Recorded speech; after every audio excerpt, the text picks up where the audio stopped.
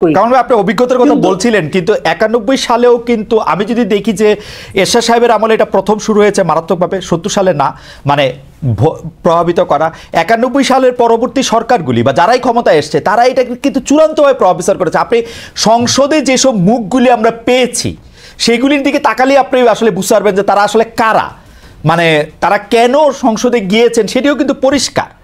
তো সেটি আপনি কেমনে মানে আমি সেটাই বলি আপনাকে, জানেন একটা জিনিস হলো কি, গণতন্ত্রটা কিভাবে অগ্রসর হয়। গণতন্ত্রটা কিন্তু অগ্রসর হয় trial and error basis. Right. মনে করেন একটা ঘটনা ঘটে, ওই ঘটনার পরিণতি দেখে আরেকজন শিক্ষা নেয়, এইভাবে কিন্তু চলতে এটা কিন্তু একদিনের ব্যাপার না। গণতন্ত্র কিন্তু একদিনে আসে না। এটা তো একটা আপনার নির্বাচন বলেন, গণতন্ত্র বলেন, এর তো একটা প্রাতিষ্ঠানিক রূপ থাকা লাগে, না হলে হুট করে হয়ে যায় না।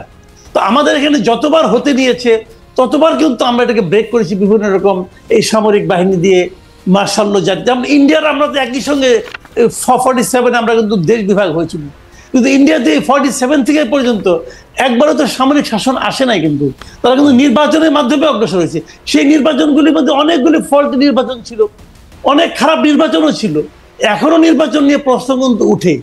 তারপরেও এটাও গণতন্ত্র কিন্তু একটা জায়গায় এসে দাঁড়িয়েছে, যেটা এটুককে মানা যায়। কিন্তু পাকিস্তান তো পারে নাই, আমরা কিছুটা মাঝখানে পেরেছিলাম, পাকিস্তান তো তাও পারে নাই। তো এইগুলি কিন্তু আপনার ডিপেন্ড করে আপনি কতদিন সেটাকে কন্টিনিউ করতে পারবেন। পলিটিক্যাল পার্টিগুলোর মধ্যে ধান্দা থাকবেই। 2000 মানে আমরা যেটাকে 111-এর কথা বলি 2007-এর পরে, সেই 111 কিন্তু দেখেন, যদি 111-এর সময় না আসতো, ওইটা কিন্তু না আসলে কি হতো, 22শে জানুয়ারি যে নির্বাচনটা হওয়ার কথা ছিল 2007-এ, ওইটা কিন্তু 2014-রই একটা কিন্তু রেপ্লিকা ছিল, কিন্তু ওইটার আদলেই কিন্তু 2014-তে হয়েছে।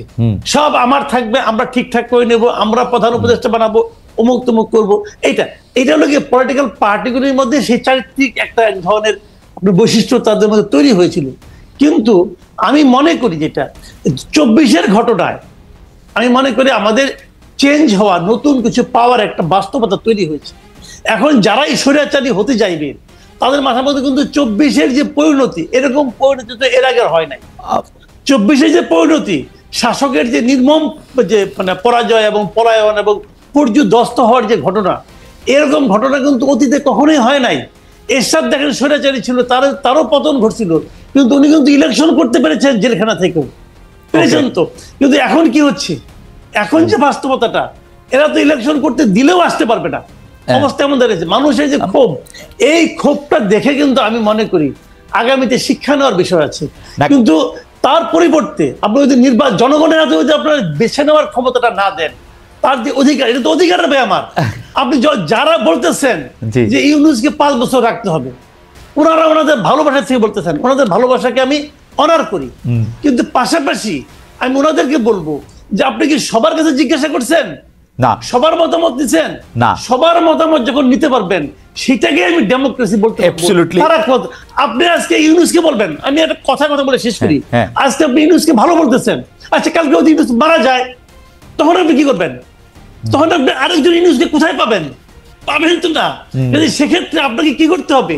আপনাকে সিস্টেম ক্রিয়েট করতে হবে। আপনার সংস্কারের কথা বলেন যে সিস্টেম ক্রিয়েট করবেন, আপনারা নিজেরাই তো সিস্টেম ভাঙার চেষ্টা করতেছেন যে উনাকে রাখতে হবে। কেন? উনার যদি জনগণের সমর্থন থাকে তাহলে উনি তো একটা পার্টির সঙ্গে আছেন অথবা পরোক্ষভাবে আছেন, উনি প্রকাশ্যে চলে আসেন, ওই পার্টির নেতৃত্ব দেন, ইলেকশন করেন। যদি জনগণ আপনাকে চায় আপনি নির্বাচিত হবেন। ওনার তো টাকার অভাব নাই, 666 কোটি টাকা তুমি কয়েকদিন আগে মাফ করে নিচ্ছেন, টাকার তো অভাব নেই রে ভাই, ওই টাকা দিয়ে ইলেকশন করেন না, অসুবিধাটা কি? কামাল ভাই, আপনি এই প্রসঙ্গটা নানা সময় তুলেছেন তুষার ভাইও, সেই জন্য এই প্রসঙ্গে আমি কথা বলতে চাই যে 24-এর পরবর্তী, বিশেষ করে এই যে জুলাই আন্দোলনের পরবর্তী সময় আমরা একটা নতুন বন্দোবস্ত চেয়েছিলাম, নতুন সিস্টেম চেয়েছিলাম, আমাদের আশা সাংঘাতিকভাবে ভঙ্গ হয়েছে। কিন্তু আমরা যে 24-এর পরবর্তী বা জুলাই স্পিরিটটার প্রকাশ যে আমরা দেখতে চেয়েছিলাম, সেইটা অনুবাদের দায় বা এক্সিকিউশনের দায় আমরা শুধু এই সরকারকে বা এই যে এখন যে নতুন রাজনৈতিক দলটি তৈরি হয়েছে সেই নতুন রাজনৈতিক দলটির উপরেই দিয়েছি কিনা, মানে আমরা কি পরিবর্তিত হয়েছি? তুষার ভাই থেকে জানতে চাইবো, তারপরে কামাল ভাইয়ের কাছে আসবো যে তুষার ভাই, আমরা কি বদলেছি? ধরা যাক এই আন্দোলনটা তো আমাদের সবারই আন্দোলন ছিল, আমরা তো চাই নাই যে এতদিন ধরে একটা অগণতান্ত্রিক সরকার ক্ষমতার মধ্যে থাকুক, নির্বাচনের নামে প্রহসন করে যারা ক্ষমতার মধ্যে থেকে আছে তাদেরকে আমরা তাড়িয়েছি ঠিকই, কিন্তু নতুন রাজনৈতিক বন্দোবস্ত আমরা চেয়েছি কেবলমাত্র সরকারের কাছ থেকে, কেবলমাত্র এই বৈষম্য বিরোধী ছাত্র আন্দোলনের কাছ থেকে, এটা আমাদের ঠিক হয়েছে কিনা, আমরা নিজেরা বদলেছি কিনা তুষার ভাই? কারণ আমি আসলে গণমাধ্যমে কোনো বদল দেখি না, নামগুলির বদল ছাড়া বেশিরভাগ ক্ষেত্রেই। আমি আসলে রাজনৈতিক যে কালচার সেটিতে বদল দেখি না। বলা হয় কোনো নেতা সম্পর্কে তার নাম বললে অজু করতে হবে, কোনো নেতা সম্পর্কে বলা হয় যে তিনি হজরত, মানে একই তো রয়েছে। ইউনূস সাহেবকে পর্যন্ত বলা হয় যে ইউনূস সাহেব এমনভাবেই দেশ চালাচ্ছে যে আরো 5 বছর 50 বছর ইউনূস সাহেব মারা যাওয়ার আগ পর্যন্ত যাতে বাংলাদেশে আর কোনো নির্বাচনের কথা কল্পনাও না করা হয়। তো এইটা তো আমরাই তো আসলে বদলাই নাই। এইটা নিয়ে আপনাদের দুজনের মন্তব্য একটু আমরা শুনতে চাইবো, যে এটা আমার মতামত, যে আমরা বদলেছি কিনা। আমরা বদলেছি কিনা এই প্রশ্নটা আসলে একটু জটিল, কেননা আমরা বলতে আসলে আমরা কাকে বুঝি? এই রাজনৈতিক দল এবং সরকার বাদে বাকিরা না, আরবান এলিট শ্রেণী বদলায় নাই, কিন্তু আমাদের গ্রামের মানুষ কোনোদিন বদলাই নাই। আমাদের গ্রামের মানুষ কিন্তু সবসময় খুবই সাধারণ, তারা খুব বেশি জিনিসপত্র খোঁজে না, এমনকি সরকারে কে আছে কে নাই এটা নিয়েও তারা খুব একটা মাথা ঘামায় না। তারা দেখতে চায় সরকার তাদের জীবন মানের উন্নয়নের জন্য কি করছেন, তারা জানতে চায় তারা বিচার সালিশ এইসব জায়গাতে তারা বিচার পাচ্ছেন কিনা, সালিশ পাচ্ছেন কিনা। তারা দেখতে চায় তাদের মধ্যে যারা দরিদ্র তারা ঋণ পাচ্ছেন কিনা, তাদের মধ্যে যারা দরিদ্র তাদের পাশে এসে সরকার বিভিন্ন সময় দাঁড়াচ্ছেন কিনা। এই ব্যাপারগুলি গ্রামের মানুষ জানতে চায়। গ্রামের মানুষের কাছে কাবিখা টাবিখা, গ্রামের মানুষের কাছে এই দরিদ্র ভাতা, বৃদ্ধ ভাতা কিংবা বিধবা ভাতার যে কর্মসূচি, এগুলার যত গুরুত্ব রয়েছে, আসলে সরকারে কে আছে এবং নাই এগুলা নিয়ে তাদের কিন্তু অত মাথা ব্যথা নাই। তারা জানতে চায় যে সেচের জন্য যে বিদ্যুৎ, সেই বিদ্যুতের দাম তাদের গ্রহণযোগ্য মাত্রায় আছে কিনা, তারা সার বীজ কীটনাশক সময় মতো পাচ্ছে কিনা, তাদের বাড়ির যে বড় ছেলে কিংবা মেজ ছেলে সে এইখানে চাকরি না পেয়ে বিদেশে গিয়ে বাংলাদেশে যে কাজ সে করতে চায় না এমন কাজ করে হলেও বাংলাদেশে কিছু রেমিটেন্স বা জীবনের জন্য প্রয়োজনীয় কিছু অর্থ পাঠাতে পারছে কিনা। বলে আমাদের সাধারণ মানুষ কিন্তু আসলে জীবনও কখনো বদলায় নাই, তাদের নতুন করে বদলানোর কিছু নাই। তারা ওই সিম্পল লিভিং এর মধ্যে আছেন। দরিদ্র মানুষ, তারা তাদের জীবন মানের উন্নয়নের জন্য প্রতিদিন পরিশ্রম করে চলেছে, কিন্তু বদলায় নাই যারা, তারা হচ্ছেন আরবান এলিট। তারা গত 20, 25, 30 বছরে এক ধরনের স্বৈর শাসন অথবা সিউডো গণতান্ত্রিক সমাজে বসবাস করার কারণে তাদের যে চারিত্রিক অধঃপতন হয়েছে, সেই অধঃপতন থেকে তারা বদলান নাই। এবং আমাদের আশা এইখানেই ছিল যে নতুন রাজনৈতিক বন্দোবস্তর প্রথম যে বিষয়টি সেটি হবে সংস্কার, এবং সেই সংস্কারের মধ্যে দিয়ে আমরা প্রশাসনকে, বিচার ব্যবস্থাকে, পুলিশকে, সরকারের যে প্রতিষ্ঠানগুলি আছে সেই প্রতিষ্ঠানগুলিকে নিরপেক্ষ বৈষম্যহীন আচরণ করতে দেখব। আমাদের কোথায় আশাভঙ্গ হয়েছে আমরা দেখেছি যে এই প্রতিষ্ঠানগুলি সেই আগের মতোই আচরণ করছে বহু জায়গাতেই। এবং কেন আমরা সরকারকে এবং এনসিপি কে আমরা এই দায়িত্বটা বেশি করে দিতে চাইছি, কারণ তারা একদল হচ্ছেন নিয়োগকারী, যেটি মাসুদ কামাল বলেছেন, আরেক দল হচ্ছেন নিয়োগকৃত।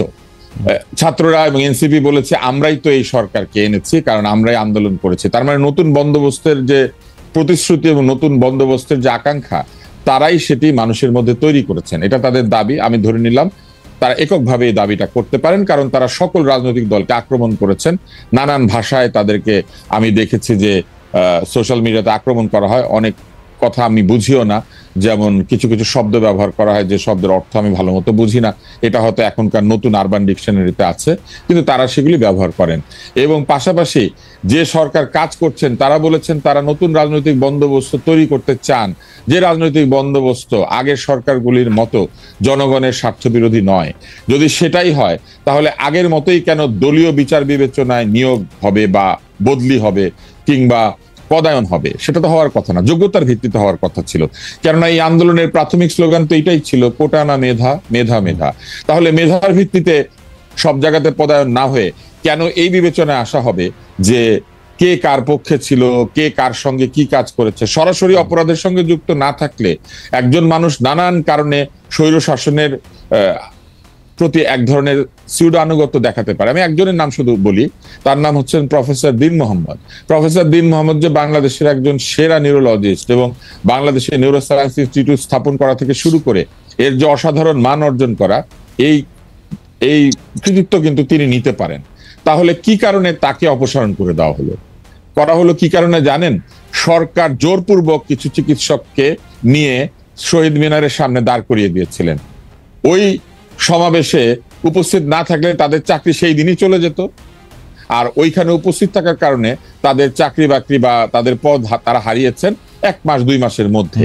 তাহলে ঘটনাটা কি হলো? আগের সরকার জোর করে ভয় দেখিয়ে তাদেরকে নিয়ে গিয়েছিল যে আমার পক্ষে কথা বলতে হবে, না বললে চাকরি নাই।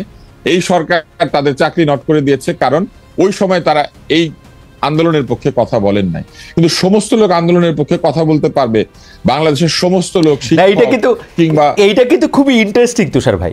আমি এই প্রসঙ্গটা একটু তুলতে চাই আপনাকে একটু, এটা করে যে আপনি খেয়াল করেছেন যে বর্তমান যে সেনাপ্রধান ছিলেন তিনি তো 5 আগস্টের আগ পর্যন্ত উনি লয়াল ছিলেন to Sheikh Hasina like anything. উনি ভিতরে ভিতরে কি করছেন না করছেন তা তো আমরা কেউ জানি না। বাংলাদেশের এরকম অনেক সচিব থাকতে পারেন। আপনি ডাক্তার দিন মোহাম্মদের কথা বললেন, আমি আমার ভাই টাবলু ভাই ডাক্তার আজিজের কথা বলতেছিলেন যে তাকে এমপি বানানো হয়েছে। তারা ভিতরে ভিতরে কি করছেন, তারা ভিতরে ভিতরে কি করছেন আমরা তো জানি না। আজিজ ভাই ঘটনাটা বলতে পারি। জি, টাবলু ভাই হচ্ছে আমার ঢাকা মেডিকেলের আমার সিনিয়র। আমাকে উনি 1 বছর আইসক্রিম খাইয়েছেন এই আশায় যে আমি তার রাজনৈতিক দলে যোগ দিব। এতই উনি একজন, হ্যাঁ উনি খুবই একজন মানে সজ্জন মানুষ। ওনার ভেসপার পেছনে চড়ে আমি ঘুরেছি। জীবনে কোনোদিন উনি কোন রুষ্টতা কিংবা রাগ আমার প্রতি পোষণ করেন নাই। উল্টো তিনি একটা ছোট্ট একটা ভুল করেছিলেন, একটা সেই সময় আমাকে একটা পুরস্কার দেন নাই। উনি এটার জন্য আমাকে অন্তত 10-12 বার সরি বলেছেন যে ওই সময় আসলে বয়স কম ছিল তো স্যার, এই জন্য আমি তোমাকে এটা দিতে পারি না। এবং সেই কারণে আমার ধারণা যে এখনো উনি আমার খোঁজ খবর নেন রেগুলার। এখন টাবলু ভাই কি করেছেন? টাবলু ভাই আজিজ ভাইয়ের জন্য একটু তদবির করেছেন। কার কাছে করেছেন? একজন যে দাবি করে যে সে হচ্ছে সমন্বয়ক। এখন সেই ছেলেটি কি করেছে? তাকে রেকর্ড করেছে এবং সেটি ছেড়ে দিয়েছে। এখন আমি আজিজ ভাই সম্পর্কে বলি। আজিজ ভাই কিন্তু বাংলাদেশের একজন নামকরা পেডিয়াট্রিক সার্জন এবং তিনি অসংখ্য ডাক্তারদেরকে পড়িয়েছেন। এবং তিনি যেখানে তিনি আটক হয়েছেন যে মামলাটি, সেইটি কতখানি সঠিক এটা নিয়ে প্রশ্ন আছে। হাইকোর্ট যেখানে আজিজ ভাইকে জামিন দিয়েছে সেইখানে জেল গেটে তাকে ধরে নিয়ে আবার তাকে বন্দি করতে বাধ্য করাটা কিন্তু আমি মনে করি যে হাইকোর্টের জামিনের প্রতি এক ধরনের অবমাননা দেখানো। হাইকোর্ট যাকে মনে করেছে যে তাকে মুক্ত করা যেতে পারে জামিনে মুক্ত হওয়া মানে কিন্তু দোষমুক্ত হওয়া না, তাকে জামিনে শুধু ছেড়ে দেওয়া হয়েছে। মনে করা হয়েছে যে তিনি বের হলে পরে তিনি বহু শিশুর অপারেশন করতে পারবেন, বহু রোগীর চিকিৎসা দিতে পারবেন। এবং তিনি কিন্তু অসৎ উপায় থেকে অর্জন করা টাকা পয়সা দিয়ে রাজনীতি করেন নাই, এই গ্যারান্টি আমি দিতে পারি। সব লোক তো আর খারাপ ছিল না। বহু লোক এমপি হতে চায়, বহু লোকের জীবনে স্বপ্ন থাকে, রাজনীতি করেছে, রাজনীতির একটা জায়গাতে গিয়ে পৌঁছতে চায়। যেমন আমাদের মান্নান সাহেব যিনি পরিকল্পনা মন্ত্রী ছিলেন, কিংবা সাবের হোসেন চৌধুরী, ওই তারা তো জামিনে মুক্ত হয়ে বাইরে আছেন। কেন আছেন? কারণ এরকম বহু লোক তারা রাজনৈতিক কারণে তারা মানুষের ভালো করার জন্য রাজনীতি করে। এখন আজিজ ভাইকে যেভাবে ধরে নিয়ে আবার ঢুকিয়ে দেওয়া হলো, এটা তো সেই স্বৈরাচারী কায়দা, এটা তো সেই একই রকম স্বৈরাচারী কায়দা এবং একই রকম অত্যাচার, যে অত্যাচারের বিপরীতে এই সরকার কাজ করবে বলে আমার মনে করেছে। একদিকে আমার মনে তুষার ভাই আপনার বক্তব্য ক্লিয়ার। আমরা পরবর্তী প্রসঙ্গে যাব। আপনি কি শেষ করবেন তাহলে? আমরা একটু হ্যাঁ আমি এখানেই শেষ করি। ফলে কি ঘটেছে জানেন? আমাদের আশাহত হওয়ার জায়গা এইটাই। আমরা তো এনসিপির কাছ থেকে এইটাই আশা করেছিলাম যে তারা এইসব ক্ষেত্রে বলবেন যে তারা এই ধরনের কাজের বিরুদ্ধে, তারা বলবেন তারা যে নয়া রাজনৈতিক বন্দোবস্ত চাচ্ছেন সেই বন্দোবস্তের বিপরীতে যেই কাজ করুক, যদি ইউনূস সাহেব করেন, সেটা যদি তার প্রেস সচিব কোনো কথা বলেন উল্টাপাল্টা, যে কোনো উপদেষ্টা যদি বলেন, অথবা সরকারের কোনো একটি প্রতিষ্ঠান বা অঙ্গ যদি নতুন রাজনৈতিক বন্দোবস্তের বিপরীতে তাদের আচরণ দেখায়, তাহলে সেই সমালোচনা করাই তো নতুন রাজনৈতিক বন্দোবস্ত। আমরা মন খুলে সমালোচনা করতে পারি নাই অনেকেই, আমি করেছি কিন্তু অনেকেই করে নাই। কেন? আয়না ঘরের ভয়ে। এই সরকার তো আয়না ঘর নাই, তাহলে মানুষ কেন নির্ভয় সমালোচনা করতে পারবে না? সমালোচনা করলেই কেন বলা হবে যে তারা আগের সরকারের পক্ষে, তারা দোষর? কিন্তু তুষার ভাই এটা তো নতুন রাজনৈতিক বন্দোবস্ত। তুষার ভাই এই সরকারের সময় তো শুধু এটা বলা হইতেছে, আপনারা তো দুজন বাংলাদেশী আছেন, আপনাদের আসলে আয়নাঘরের ভয় বা অন্য কোনো ভয় ভীতির সম্মুখীন হইতেছে না। কামাল ভাইকে ওই কথা অনেকে বলতেছেন আমাদের দর্শকদের মধ্যে, যে কামাল ভাইকে তো আসলে মানে এই কথা বলার জন্য এবং সাংঘাতিক বিরুদ্ধাচরণ করার জন্য আসলে কোনো ধরনের হুমকি ধাপকে এর মধ্যে দিয়ে যেতে হচ্ছে না। কিন্তু